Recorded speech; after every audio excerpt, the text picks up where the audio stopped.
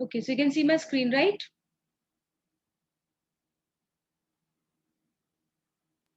Yes, ma'am. Okay. So welcome to the lecture. We're going to study about wound. I asked one question, what is wound? I didn't get the answer. And so wound is a defined as the injury happened just because of any kind of stress. And it mainly जब हम wound की बात करते हैं तो it's basically giving injury to the tissue or to the organ and basically affecting the epithelial cells. Wound healing is the process of repair that follows injury to the skin and other soft tissue, है ना? Wound healing को अगर हम define करें तो एक process है जिसमें the process of repair that follows injury, जो injury के बाद होती है to the skin and other soft tissue. Healing is the interaction of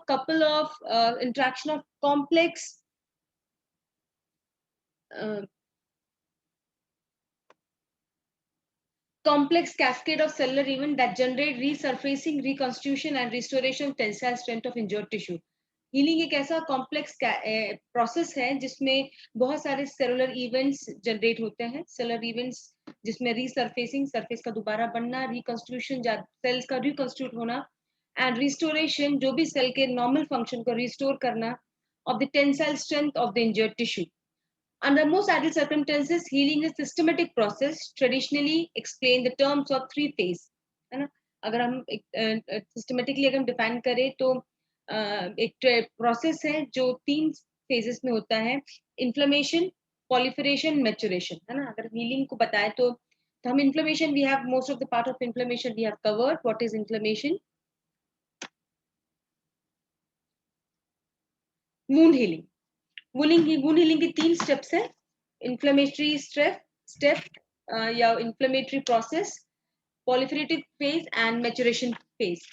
Inflammatory phase is the form of जब आपको जैसे ही कोई इंजरी होती है ना, आपने कई बार देखा होगा कि आपको चोट लगी है, जैसे ही चोट लगती वहां पे वो जगह पे वुंड पे आपको सारा ब्लड इकट्ठा हो जाता है and that is the first phase जहां आपको हीलिंग स्टार्ट हो रही है ना, जहाँ पे वुंड को पहले से ही प्रोटेक्ट किया जा रहा है to protect the tissue from any other type of further inflammation. Okay, तो सबसे पहला स्टेप में क्या होता है कि आपके जो टिश्यू है वो वहां पे जो इंजर्ड पार्ट है वहां पे ब्लड इकट्ठा होता है और फॉर्म्स अ क्लॉट, एक क्लॉट बना लेता है and cell of inflammation debride injured tissue. और जितनी भी सेल ऑफ इन्फ्लेमेशन है जो आपने इन्फ्लेमेटरी रिस्पॉन्स में पढ़ा हुआ है कि अक्यूट इन्फ्लेमेशन होगा तो क्रॉनिक इन्फ्लेमेशन होगा, so how will the process will occur. Okay, तो जैसे इंजर्ड पार्ट हो रहा है वैसे ही आपके बहुत सारे जो इन्फ्लेमेटरी टिश्यूज हैं, इन्फ्लेमेटरी जो सेल्स हैं वो वहाँ इकट्ठा होना शुरू हो जाते हैं. ठीक है, वो कैसे होगा? If anybody wanted to answer me how does the process of inflammation start, then I would like to hear from you after this lecture, and we'll have a small discussion over this. Okay. And second phase is proliferative phase. Epithelialization, fibroplasia and angiogenesis occur.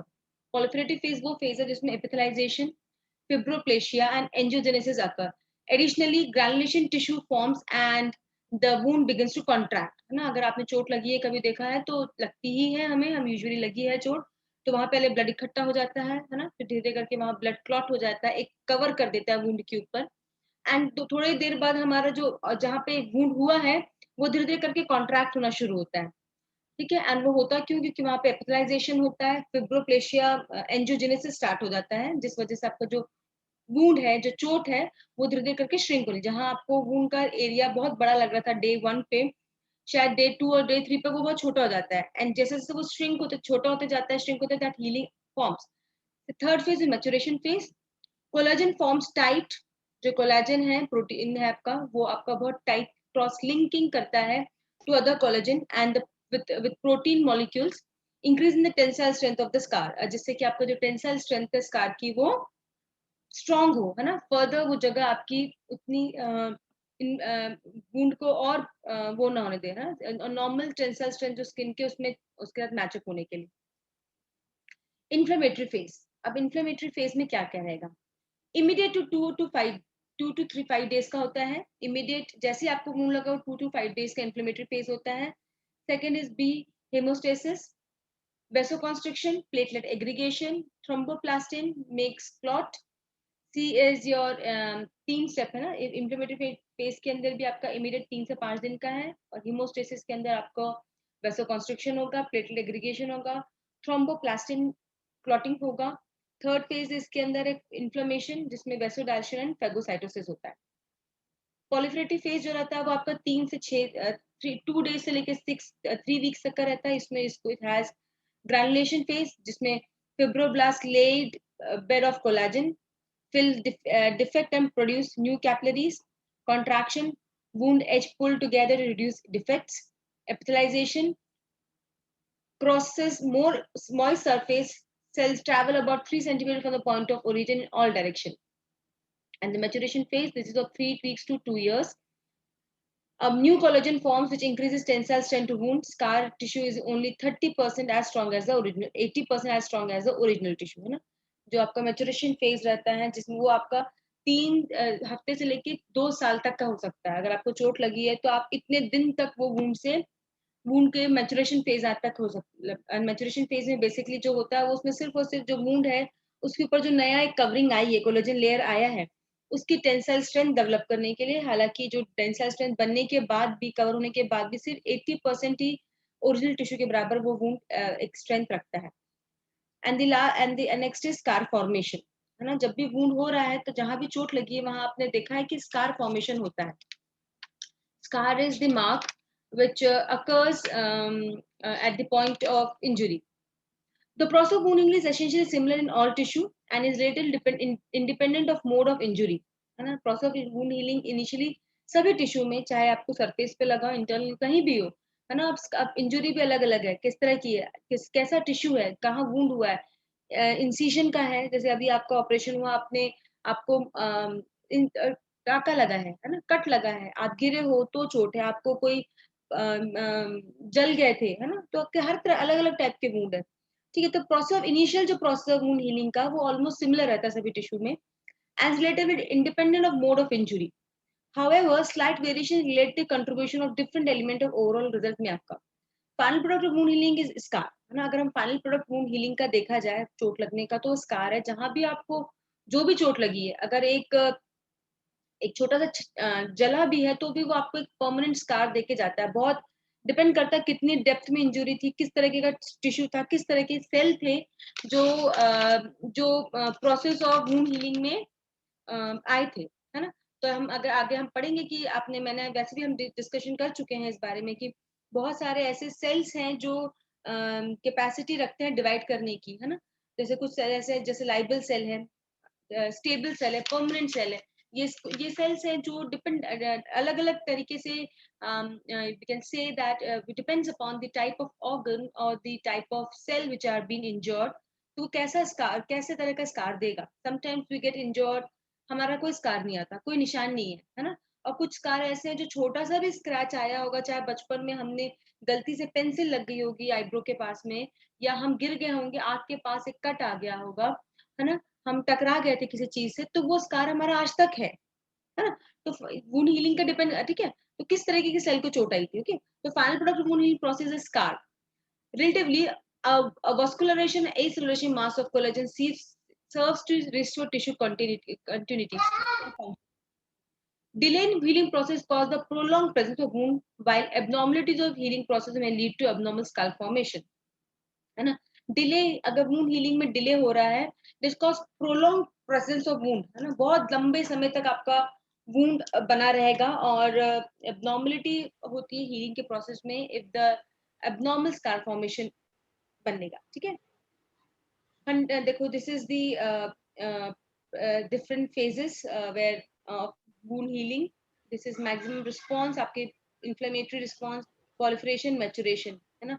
तो wound Contra पॉलिफरेटिव inflammation में तो जो आपके inflammatory responses होते हैं वो सारे process होगा, डिपेंड करता है कि एक्यूट इन्फ्लेमेशन होगा, क्रॉनिक इन्फ्लेमेशन होगा, है ना। उसके बाद आपका then goes to wound contraction, then it finally collagen accumulation and then healing process. Inflammatory phase, the body respond quickly to any dispersion of skin surface, है ना। बॉडी हमारी बहुत जल्दी रिस्पॉन्ड करती है ना, किसी भी डिरप्शन को। Early event of wound healing are characterized by vascular and cellular response to injury. An incision made through a full thickness of skin cause disruption of microvascular culture and immediate hemorrhage. है ना, incision जो चोट है, cut है, वो कितना गहरा है, फुल थिक कितना थिकनेस का है ना, वो डिपेंड करता है किस तरह का माइक्रोवास्कुलर कल्चर और होगा, किस तरह के माइक्रोवास जो आपको क्या वैसो कल्चर है, वेन्स है ना, वहाँ पे कैसा है, इमीडिएट हेमोरेज होता है। Within second of the injury blood vessel constrict to control bleeding at the site. As हमने पढ़ा है सेलर इंजरी में कि सबसे पहला जो प्रोसेस होता है वो होता है कॉन्ट्रैक्शन, और कॉन्ट्रैक्शन बॉडी नॉर्मली, आप गिरे हो, आपको कोई भी इंजुरी हो रही है तो पहला जो सेल रिस्पॉन्स होता है कहीं भी, तो रिमेम्बर करो कि पहला स्टेप में जो भी होगा वो होता है जो आपके ब्लड वेसल है वो कॉन्स्ट्रिक्ट होते हैं, है ना, to control bleeding, and followed by platelet coalesces within minutes to stop bleeding and begin to clot formation, है ना, और धीरे से आपका क्या होगा, वहां पे clot formation शुरू होगा। Inflammatory step phase rise for 5 to 10 minutes period of vasoconstriction ensures immediate by, और ये जो रिस्पॉन्स शुरू होता है वो epinephrine, norepinephrine, prostaglandin, serotonin and thromboxane की वजह से होता है। Vasoconstriction causes temporary balancing of the wound and function of reduce hemorrhage immediately following tissue injury, aid in platelet aggregation, keep healing factor within the wound, है ना। Vasoconstriction जो होता है वो temporary balance करता है wound को and function to reduce hemorrhage, है ना, hemorrhage को कम करने के लिए, blood loss को कम करने के लिए respond करता है। एंड एड क्या, और साथ साथ में क्या होता है कि जितने आपका जो ब्लड वहां इकट्ठा हो रहा है कॉन्स्ट्रक्शन की वजह से, वो प्लेटलेट एग्रीगेशन कराएगा। कीप हीलिंग फैक्टर, जो हीलिंग फैक्टर है, जितने आपके नॉर्मल फैक्टर जो रिस्पॉन्सिबल है नॉर्मली वुंड हील करने के लिए, वो सब वुंड के अंदर ही रहेंगे। Inflammatory cell, the endothelial cell react to expose the sub-endothelial collagen surface, platelet attached to these surface. Adherence to expose collagen surfaces to the other platelet occur through adhesive glycoprotein, है ना, जो आपके जो endothelial cells है वो रिटैक्ट रहते हैं, जो भी एक्सपोज एरिया है सरफेस है उससे प्लेटलेट अटैच होती है, और ये जो अटैचमेंट होता है ये एडहेसिव है आपका glycoprotein, that is fibrinogen, fibronectin, thrombospondin and von Willebrand factor, है ना, विलेब्रेंट फैक्टर। ये सब क्या करते हैं, आपके जो दीज आर एडहेसिव, जो आपके प्लेटलेट को उस वुंड के ऊपर एडहायर करके रखेंगे। Platelets also refer release factor that attract other important cells to injury, और प्लेटलेट दूसरे फैक्टर्स को भी अट्रैक्ट करता है, जैसे neutrophils enters a wound to fight infection, है ना, न्यूट्रोफाइल्स एंटर करेगा जो आपका जो भी जिस, क्योंकि वुंड ओपन है तो जितने भी इंफेक्शियस एजेंट अगर आते हैं तो उनसे डिफेंस करने के लिए macrophages break down the necrotic debris, अगर मैक्रोफेजेस आते हैं प्लेटलेट्स दूसरे फैक्टर्स के साथ में, मैक्रोफेज का काम है कि जितने भी आकर नेक्रोटिक सेल्स, जितने भी डेड सेल्स वहां आ रहे हैं उनको डाइजेस्ट करने के लिए activate the fibroblast response. Inflammatory phase lasts for 24 hours and lead to proliferation of the healing process. Inflammatory phase जो आपका वो आपको 24 घंटे तक है, तो 24 घंटे के अंदर आपका जो वुंड है वहां पे आपका वैसो कॉन्स्ट्रक्शन है, प्लेटलेट का एग्रीगेशन का एडहेशन हो रहा है, और साथ साथ में आपके जितने न्यूट्रोफाइल मैक्रोफेजेस वहां रिलीज हो रहे हैं, और यही इन्फ्लेमेटरी फेज है जो आपके पॉलिफेटिव फेज को प्रोसेस को आगे बढ़ाता है। The aggregation of platelet result in the formation of primary platelet plug. जहां पहली जब वुंड लगा है तो जब पहला स्टेप में जहां ब्लड इकट्ठा हुआ तो प्लेटलेट एग्रीगेट हुई, जो पहला स्टेप है जहाँ पे प्राइमरी प्लेटलेट प्लग बनता है। आपने कई बार देखा होगा, अब कहीं चोट लग जाती है और हमें वहां पे रेड क्लॉट आ जाता है, धीरे धीरे वो सूख जाता है, और अगर हम उसको उखाड़ देते हैं तो फिर से ब्लीडिंग शुरू हो जाती है, और इनफैक्ट अगर 15 से 20 मिनट बाद वहां पे फिर से एक लेयर आना शुरू हो जाती है। Okay, that is platelet plug. Aggregation attachment to exposed collagen surface activates the platelets, है ना, जो आपका जो aggregation attachment of exposed collagen surface activates platelet, and activated enables to platelet degranulate and release chemotactic and growth factor, और ये जो activated platelets है ये आपकी कीमोटैक्टिक फैक्टर, ग्रोथ फैक्टर, जिसमें आपका platelet derive growth factor, proteases, pro vaso active agent, serotonin, histamine का release करवाते हैं। इंजुरी इनिशिएशन, है ना, इंजुरी हुई है, इंजुरी के बाद आपका जो पहला स्टेप इनिशिएशन का हुआ, वहां धीरे धीरे करके प्लेटलेट इकट्ठा होना, है ना, फिर आपका एक्सटेंशन जिसमें आपका बहुत सारे थ्रोम्बिन, प्रोथ्रोम्बिन आपके दूसरे केमिकल रिएक्ट बन रहे हैं, ये प्लेटलेट आपका इकट्ठा होके एक जगह वो जहाँ इंजुरी हुई है उसको कवर कर रहे हैं. The collagen is the coagulating cascade occur by two different ways. है ना, जो coagulation होता है, process होता है, वो दो phases में होता है. Intrinsic pathway begins with the activation of factor 12, जो Hagman factor कहते हैं, जो दो phases में होगा, जो coagulation होगा. Intrinsic pathway के थ्रू, जिसमें आपका Hagman factor release होता है when blood is exposed to extravascular surface. और ये तब होता है जब आपका blood आपका extravascular surface में release आता है. द एक्स्ट्रावास्कुलर सरफेस में कैसे आएगा? एग्जैक्टली वही इंजुरी के सेल, ब्लड वेसल की इंजुरी हुई, एग्जैक्टली सेम कि आपका वैसा कॉन्स्ट्रक्शन हो रहा है, सॉरी आपका जो इंटरसेलुलर फ्लूइड है वो बाहर आ रहा है ना, एग्जैक्टली वही जो हमने सेलुलर इंजरी में पढ़ा हुआ है. ठीक है. The intrinsic coagulation pathway occurs through the activation of tissue factor found in extravascular cell in the presence of factor 7 and 7A. Extrinsic coagulation pathway occurs, दो pathway होंगे coagulation में. Intrinsic pathway जिसमें Hagman factor का activation होता है, और extrinsic coagulation pathway जो आपका activation of tissue factor in extracellular cells space में in the presence of factor 7 and 7A. Both pathway proceed to activation thrombin, और ये दोनों intrinsic pathway and extrinsic pathway दोनों ही आपका thrombin का activation कराते हैं, which contain fibrogen into fibrin, है ना. फिब्रिन जो आपका फिब्रोनोजन को फिब्रिन में कन्वर्ट करता है, and fibrin product is essential. Fibrin बहुत एक एसेंशियल प्रोडक्ट है जो वुंड हीलिंग के लिए रिस्पॉन्सिबल है. और अगर वो नहीं होगा तो ब्लड लॉस होता रहेगा, है ना. Primary component of wound matrix into which inflammatory cell, आपके जितने भी फिब्रिन एक मेश जैसा, जाली जैसा बन जाना, जिसके अंदर आपके inflammatory cell, platelet, plasma protein सब उसके अंदर इकट्ठे हो जाएंगे. Removal of fibrin matrix impair the wound healing, है ना. रिमूवल, अगर आप फिब्रिन मैट्रिक्स रिमूव कर दे या नहीं बने तो आपका वुंड हीलिंग का प्रोसेस स्टार्ट नहीं ठीक से होगा. In addition to activation of fibrin, thrombin facilitates migration of inflammatory cell to the site of injury by increasing vascular permeability. और जैसे आपका फिब्रिन का एक्टिवेशन हुआ, फिब्रिन बना, आपके दूसरे इन्फ्लेमेटरी सेल माइग्रेट होना शुरू होता है इंजर्ड पाथ की ओर. वो होता कैसे? जब आपका वस्कुलर परमेबिलिटी इंक्रीज होती है. वस्कुलर परमेबिलिटी इंक्रीज होना मतलब क्या होता है? जब आपका जो प्लाज्मा है, जो आपका जो इंट्रासेलुलर फ्लूइड है, वो एक्स्ट्रासेलुलर स्पेस में आने लगेगा. तो जितने भी आपने सेलुलर इवेंट्स में पढ़ा है कि how does it happens there, how does the process of RBC get the injured blood vessel get injured, how the fluid from the veins comes out and of the way extracellular space में आ जाता है, और धीरे धीरे अपने साथ में जितने सारे ही your एक्टिवेशन फैक्टर्स लेकर आता है ना. तो वो परमेबिलिटी इंक्रीज, तो एडिमा पढ़ा था हमने, बहुत सारी चीजें पढ़ी थी. Okay. So increasing vascular permeability. By this mechanism, factor and cell residue healing flow from the intravascular space into extravascular space. Okay. Inflammatory phase result for platelet aggregation, collagen cascade in clot formation. Inflammatory phase result करता है clot formation में, and clot formation limited in duration and to the site of injury. Clot formation limited duration के लिए रहता है to the site of injury. Clot formation dissipates as it stimulate dissipate, है ना. Clot formation बंद हो जाता है जैसे कि स्टिमुलाई और आता है. Plasminogen is converted to plasmin, a potent enzyme aiding in cell lysis, है ना. प्लास्मिनोजन जो है वो कन्वर्ट होता है प्लास्मिन में. अ पोटेंट एंजाइम, एक बहुत पोटेंट एंजाइम है जो सेल ब्रेकडाउन का काम करता है. Clot formation lead to the site of injury because of uninjured nearby endothelial cell produce prostacyclin, an inhibitor of platelet aggregation. Clot formation limited जो रहता है साइट ऑफ इंजरी पे, सिर्फ उतने ही जगह पे होना जहाँ पे इंजर्ड है. नियर बाय अनइंजर्ड नियर बाय से produce prostacyclin, inhibitor of platelet aggregation, जो प्लेटलेट को एग्रीगेशन को रोकते हैं. In the injured nearby areas, antithrombin 3 binds the thrombin and protein C bind factor of the collagen cascade, namely factor 5 and 7. Now proliferative phase.